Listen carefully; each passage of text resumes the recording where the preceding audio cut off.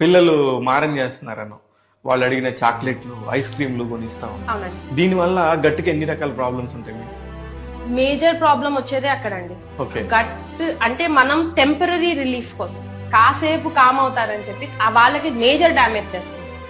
Biscuits, chocolates, Lay's, chips ఇవన్నీ కూడా మన గట్ బ్యారియర్ ని వీక్ చేసేస్తుంది. నేను ఇందాక మీకు చెప్పిన టైట్ జంక్షన్స్ ని డైరెక్ట్ గా అది వీక్ చేసుకుంటుంది.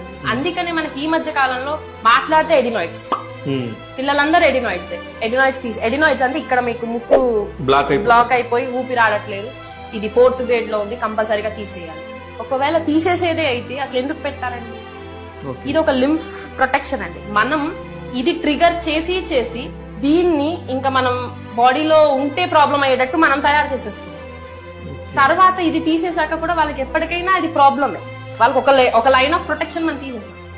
నెక్స్ట్ టాన్సిల్, అది కూడా ఇవన్నీ ప్రొటెక్షన్, లింఫ్ ప్రొటెక్టివ్ ఇవన్నీ కూడా గట్ వల్లే తినే ఆహారం అనేది 80% కాజ్ ఉంటుంది.